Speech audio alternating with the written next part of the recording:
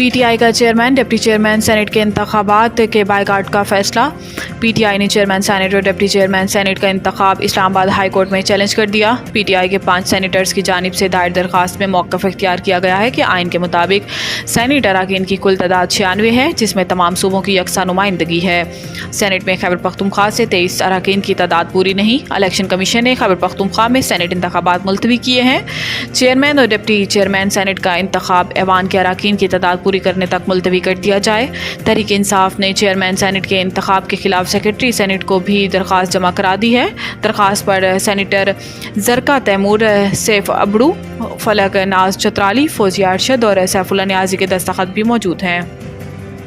Imran Bushra be be ملاقات نہ کرانے پر توہین عدالت کی درخواست دائر کرنے کی ہدایت۔ سابق وزیر اعظم اور بانی چیئرمین PTI عمران خان کی ان کی اہلیہ بشریٰ بی بی سے ملاقات نہ کروانے کے عدالتی حکم پر عمل درآمد کیس کی سماعت ہوئی، جس میں جسٹس میاں گل حسن اورنگزیب نے استفسار کیا کہ عدالت کے حکم پر عمل کیوں نہیں ہوا۔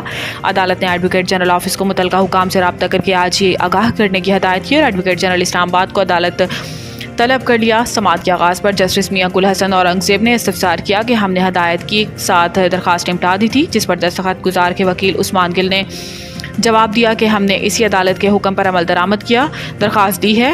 جسٹس میاں گل حسن اورنگزیب نے ریمارکس دیے کہ آپ توہین عدالت کی درخواست فائل کریں، ہم کارروائی کریں گے۔ کیسے عدالتی احکامات کو نظر انداز کیا جا سکتا ہے؟ وکیل عثمان گل نے صدا کی ہے کہ عید پر ملاقات کی اجازت دینے کا حکم دیا جائے، یہ جیل حکام کے اختیار میں بھی ہے۔ IMF کا کرپٹو پاور پلانٹس کے گیس ٹیرف RLNG کے برابر کرنے کا مطالبہ۔ IMF نے حکومت سے کرپٹو پاور پلانٹس کے لیے گیس ٹیرف میں 1 جولائی 2024-25 سے RLNG کی قیمت کے برابر اضافے کا مطالبہ کیا ہے، تاہم وزارت توانائی کے سینئر حکام نے بتایا ہے کہ ملک کی صنعت جو کرپٹو پاور پلانٹس چلا رہی ہے کا یقینااً اس پر سخت رد عمل ہوگا، لیکن حکومت کے پاس کرپٹو پاور پلانٹس کے لیے گیس کی قیمت RLNG کی قیمتوں کے برابر بڑھانے کے سوا کوئی چارہ نہیں بچا، جیسا کہ CPPs کی کارکردگی 30 سے 35% ہے اور زیادہ تر CPPs سوئی سدرن نیٹ ورک میں نصب ہیں جن کے گیس ٹیرف میں اضافہ کیا جائے۔ حکام وزارت توانائی کا کہنا تھا کہ حکومتی عہدے داروں نے CPPs کو قومی بجلی کے گرڈز پر منتقل کرنے کے لیے IMF سے دسمبر 2024 تک کا وقت مانگا تھا، جس کہ ان میں سے بہت سے نیشنل گرڈ سے منسلک نہیں ہیں، لیکن IMF اس بات پر زور دے رہا ہے کہ 1 جولائی 2024 سے لاگو ہونے والی RLNG کی قیمت تک ان کے ٹیرف میں اضافے کے ساتھ یہ کام جون 2024 تک مکمل ہونا چاہیے۔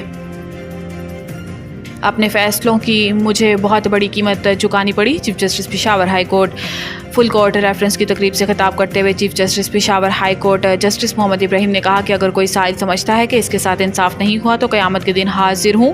31 سال کے عرصے میں 15,000 فیصلے دیے۔ جسٹس محمد ابراہیم نے کہا ہے کہ 15,000 فیصلوں میں 509 فیصلے سپریم کورٹ میں چیلنج ہوئے، ان میں سے بھی 279 کو عدالت عظمیٰ نے برقرار رکھا۔ پچھلے کچھ عرصے میں ہم نے قانون کے مطابق فیصلے کیے، مگر ہمیں سیاسی جماعت سے منسوب کیا گیا۔ ہمارے قانون کے مطابق فیصلوں پر سیاسی جماعتوں کی جانب سے تنقید کی گئی۔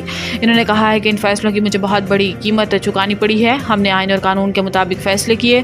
ہائی کورٹ پر 10ویں نمبر کا جج تھا جب مجھے آرمی پبلک اسکول کمیشن کی انکوائری سونپی گئی۔ کمیشن کی انکوائری میں ہم نے APS فیملیز اور دیگر گواہان کے ساتھ آرمی آفیسرز کے بیانات بھی ریکارڈ کیے۔ Chief justice Peshawar high court نے کہا کہ سینئر جسٹس اشتیاق ابراہیم پشاور ہائی کورٹ کے نامزد چیف جسٹس ہیں، ان کے لیے نیک خواہشات کا اظہار کرتا ہوں۔ پشاور ہائی کورٹ آئین اور قانون کے مطابق فیصلے کرتی رہے گی۔